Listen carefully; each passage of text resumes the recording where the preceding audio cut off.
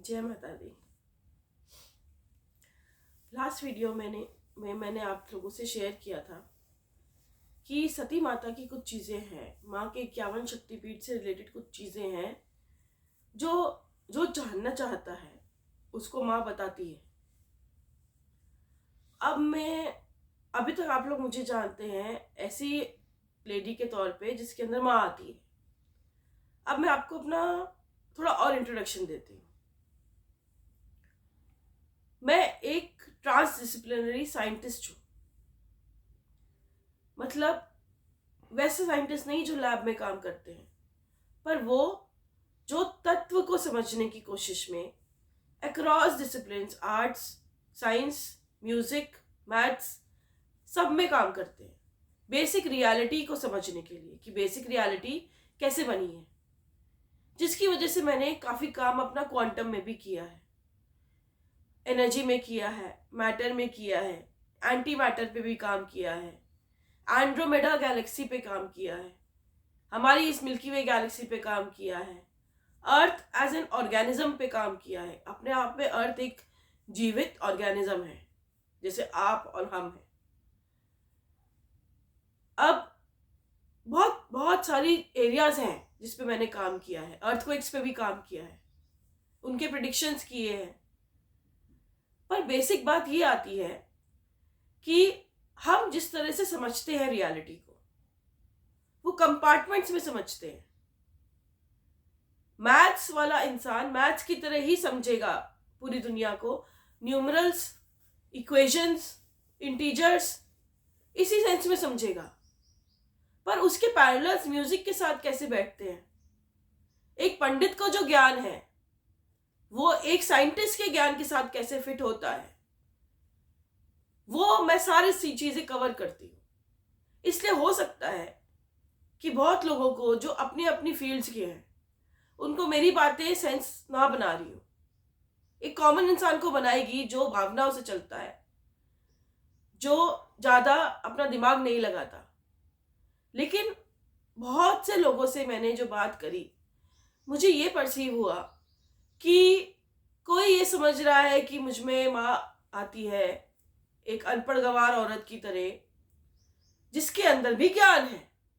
रामकृष्ण भी अनपढ़ थे। तो ज्ञान का कोई भी स्रोत पढ़ाई से या बैकग्राउंड से नहीं होता है। आपका ये जो सिस्टम है अपने आप में एक एंटीना है। ये इसका वाईफाई कितना खुला है, इसकी रेंज कितनी बड़ी है, सिंपली वो बताएगा कि आपके अंदर कितना ज्ञान है। तो एक बेसिक सा इंट्रोडक्शन अपने बारे में देने के बाद में मैं आपसे एक ये बात ये शेयर करना चाहती हूँ कि उस दिन तो मैंने भावनाओं में सारी बातें शेयर करी माँ के तौर पे। आज मैं बताती हूँ कि मिक्स्ड रिएक्शन लोगों से पाने के बाद में बहुतों ने कहा आपकी भावनाएं बहुत अच्छी हैं, आपको माँ ऐसे परसीव हो रही है। किसी ने कहा माँ आपकी परीक्षा ले रही है, आप बहुत उत्तीर्ण हो रहे हो परीक्षा में, और वो तो जगदम्बा है, वो तो लाइट है, साक्षात लाइट है, उसके साथ ऐसे कैसे हो सकता है, क्या है? मतलब थोड़ा विचार करके देखते हैं कि आपको शायद कुछ परसीव हो रहा हो इस तरह का, या माँ आपको अलग से कुछ परीक्षा ले रही हो, या आपकी अपनी कोई दुख हो जो व्यक्त हो रहा हो अंदर से। तो मैं उनसे ये पूछना चाहती हूँ कि जब चीज लाइट है, लाइट कैसे दिखती है आपको? डार्कनेस के बैकग्राउंड में लाइट दिखती है ना। अगर सिर्फ लाइट होती तो लाइट तो होती ही नहीं, क्योंकि आप उसे लाइट की तरह नहीं देखते, आप उसे डार्कनेस की तरह परसीव करते हैं। जो तो देवी दिखती है हमें सबको, हम एक ही तरह से देखना चाहते हैं। थोड़ी ह्यूमन साइकोलॉजी पे काम करते हैं। हम इतने दुखी हैं, हमें कोई चाहिए हमारे ऊपर जो कि हमें सारी अच्छी चीजें, सुख, समृद्धि, सुरक्षा, ज्ञान, रोशनी, ये सब दे। तो अगर वो ये है जो सर्वव्यापी है, तो वो अलक्ष्मी भी है, असुरक्षा भी है, वो डार्कनेस भी है, वो जो भी आप गंदी चीजें, अज्ञान भी है, जो भी आप गंदी चीजों की कैटेगरी में डालते हैं वो सब है।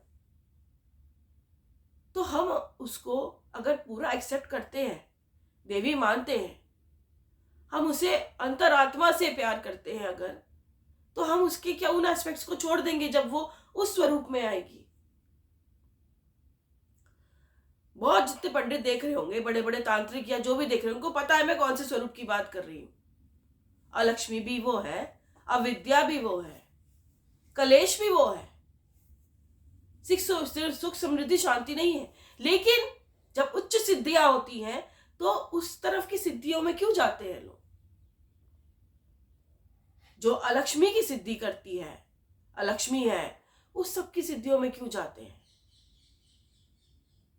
क्योंकि उन्हें पूरा स्पेक्ट्रम देखना होता है।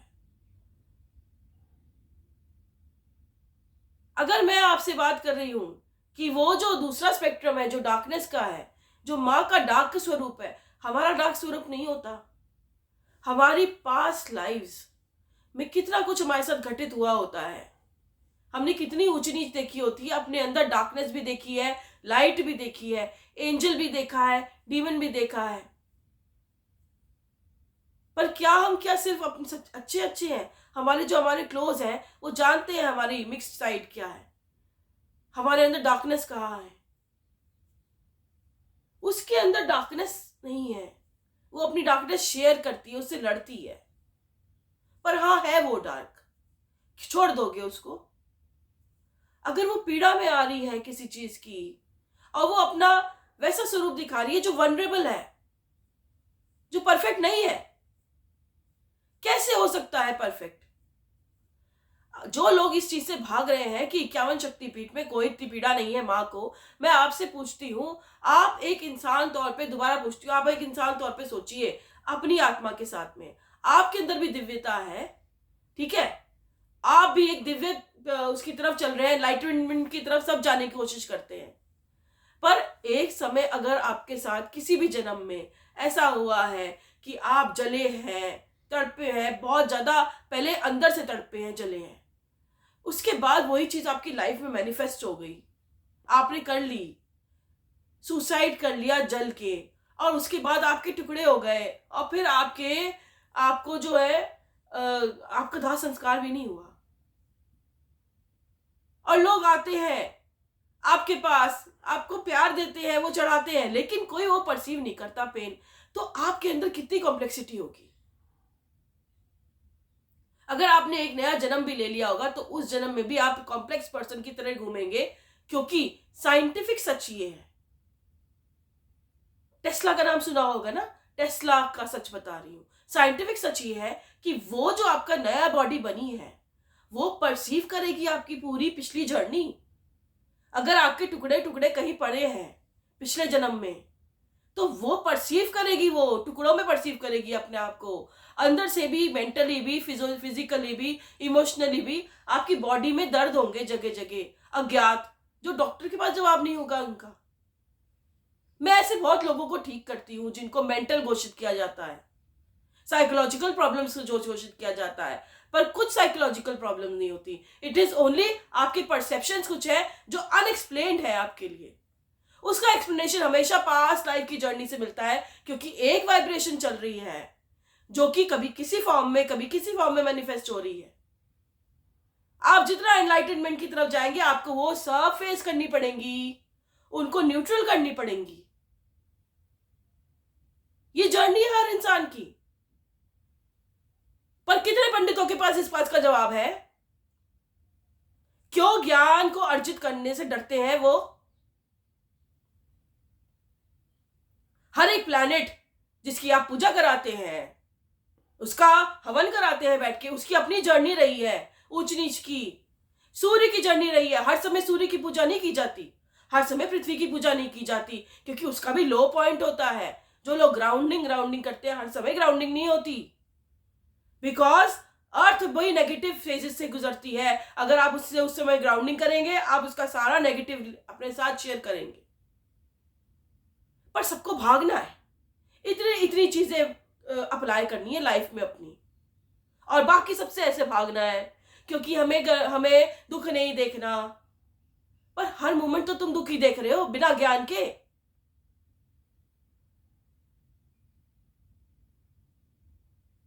आपके पास अपनी प्रॉब्लम्स के सॉल्यूशंस है? कितना फेस करते हो अपनी लाइफ को कि मेरी दुनिया, मेरी लाइफ में ये प्रॉब्लम्स है, मुझे इसके जवाब चाहिए। दिन पर दिन सोना, खाना, पीना, सेक्स करना, कुछ भी, ये बच्चे पैदा करना, उसमें ही निकल जाता है। मेन इंसान अपने आप अंदर जाके अपने खुद के क्वेश्चन नहीं जान करता। अगर वो करना चाहती है और वो सामने ला रही है कि कुछ मेरे साथ चीजें हुई है जिसकी मुझे पीड़ा है, तो आपसे शेयर नहीं करेगी तो किससे करेगी? किस हक से जाते हो उससे लेने के लिए? शक्तिपीठों पे माता रानी के दर्शन हो गए, बहुत अच्छा लगा, उससे अच्छा लगा नहीं लगा?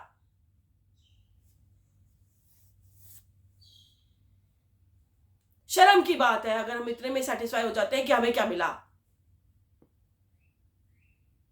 अब मैं आपको एज ए साइंटिस्ट बताती हूं मैंने क्या चीजें डिस्कवर करी। मैं माँ को परसीव भी करती हूँ, देवी को, अलग अलग स्वरूप उनके, और माँ ने मुझे ही ध्यान दिया है जो मुझे साइंटिस्ट बनाता है। नंबर 1 पे हूं मैं अपनी एरिया में, वर्ल्ड वाइड माँ ने बनाया है। मैंने जब अपने काम से, अपने इंस्ट्रूमेंट्स यूज करके हर शक्तिपीठ का एनालिसिस किया, एनर्जी एनालिसिस अलग अलग, कि उसकी स्टेट क्या चल रही है, तो एक मैप बना। सिर्फ नामों से एनालिसिस किया, नाम जो नाम दे रखे हैं टेम्पल्स के, विदाउट लुकिंग एट कि बॉडी पार्ट्स क्या क्या है वहां पर और कौन सी जियोग्राफिकल लोकेशंस है।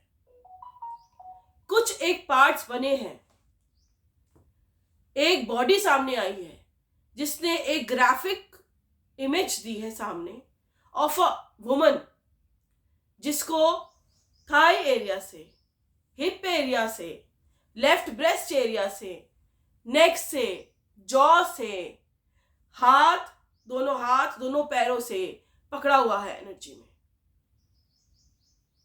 अगर आपको समझ नहीं आई क्या इमेज बनी है, it is of a woman जिसको ग्रैब किया हुआ है उसके फेमिनिन जगहों से, मोलेस्टेशन हो रही है उसके साथ में, पकड़ा हुआ है, उसको जकड़ा हुआ है, एंड वो एनर्जी में है। वो एनर्जी रिलीज अपनी या अपने आप को रिलीज नहीं करा सकती, बिकॉज ये जो सेंटर्स होते हैं जहां से पैर के तलवे और हाथ, जहां से हम डिटॉक्स करते हैं बॉडी को या रिलीज करते हैं कोई भी गंदी एनर्जी या बीमारी, वो उसकी लॉक कर रखे हैं। मैं सती की बात कर रही हूं, मैं 51 शक्तिपीठों की बात कर रही हूं। विश्वास नहीं होगा आपको, अगेन मां को ऐसा कौन कर सकता है?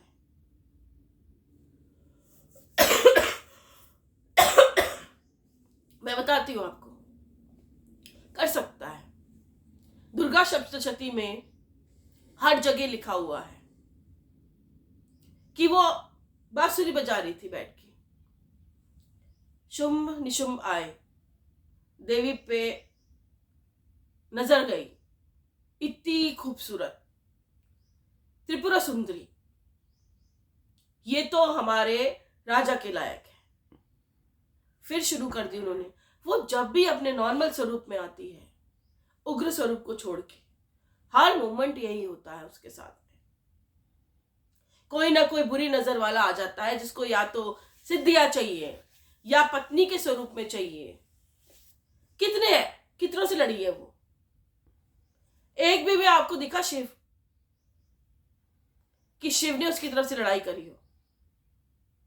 हर जगह वो अकेली रही है, उसने अपनी सेना खुद खड़ी करी है, लेकिन उसे सेना खड़ी करनी पड़ी, उसे उग्र स्वरूप में आना पड़ा, दुर्गा स्वरूप में, महिषासुर मर्दिनी स्वरूप में। क्या आप हर समय वैसे रह सकते हैं?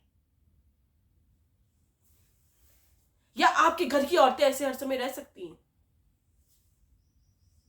आपको खुद ही अच्छी नहीं लगेंगी वो, हर समय यूं रहेंगी कि तुम तो गुस्से में रहती हो हर समय। पर आपको पता है वो औरत किस किस चीज से गुजर रही है कि वो उसको ऐसा स्वरूप लेना पड़ता है हर समय। कहां से एक औरत सहन करती है वो गंदी नजरें, अपने घर के अंदर भी सहन करती है। ये सब क्यों हो रहा है? क्योंकि देवी के साथ ये हो रहा है। हर औरत देवी स्वरूप है। जितने रेप हो रहे हैं, जितनी गंदगियां हो रही हैं, हर बार देवी के साथ हो रहा है। और देवी के साथ हो रहा है इसीलिए औरतों के साथ भी हो रहा है। ये तो एक पार्ट है। दूसरा पार्ट,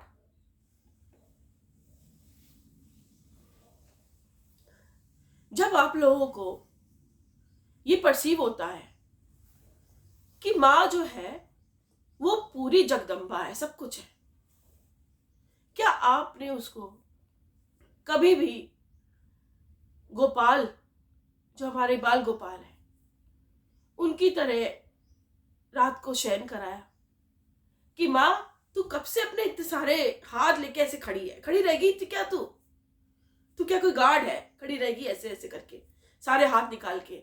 मां तो शांत हो जा,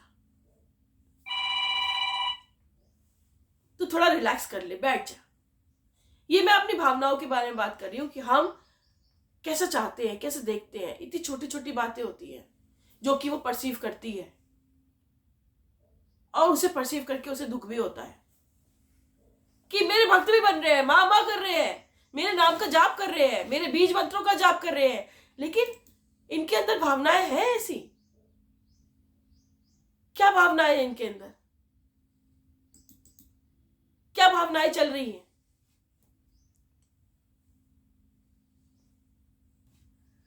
अब मैं आपको आगे बताती हूं कि ये मां के साथ, मां के शक्तिपीठों के साथ कब हुआ।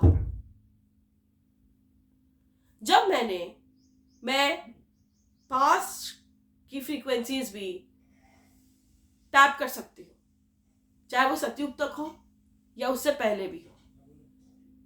जितनी लंबी जर्नी होती है उतनी मैं टैप कर सकती हूँ पिछले तक, और उस एक पॉइंट को मैग्नीफाई करके भी देख सकती हूँ एज अ साइंटिस्ट, वाइब्रेशंस को कैलकुलेट करके। अब अगर मैं मां की बात करूं तो युगों में मां के साथ ये चीज, 51 शक्तिपीठों के साथ ये चीज हुई त्रेता युग में। त्रेता युग में मां के साथ, मां को ज्ञान द्वारा, जो गलत लोग हैं ना वो पूरा ज्ञान को यूज करते हैं, देवी देवताओं के अगेंस्ट भी यूज करेंगे, शक्ति के अगेंस्ट भी शक्ति को यूज करेंगे। मां को इस पॉस्चर में, इस मोलेस्टेशन के उसमें त्रेता युग से बांधा गया है। त्रेता युग में नरकासुर था, कृष्ण भी थे जिन्होंने नरकासुर का वध किया था, और वशिष्ठ भी था। इसके आगे का इन्वेस्टिगेशन मैं जारी रखूंगी। अभी तक मुझे 1.5 दिन लगा है सारे शक्तिपीठों का ये एनालिसिस करने में, बिल्कुल डिटैच होके, वेरिएबल्स की तरह देख देख के, बहुत सारे बिल्कुल प्रोफेशनली काम करके, क्योंकि मुझे भी सच जानना था कि मेरा जो परसेप्शन है और जो रियलिटी है, जो मापी जा सकती है, वो मैच कर रहे हैं नहीं कर रहे हैं। आपको आगे तक का जानना है अगर, तो मेरी वीडियोस देखते रहिएगा और अपने बारे में थोड़ा सोचिए, अपने अंदर कि आपके अंदर क्या क्या भावना है। थोड़ा अपने आप को क्रिटिकली देखना शुरू करिए कि कितने भक्त हैं जिस भी इष्ट के हैं।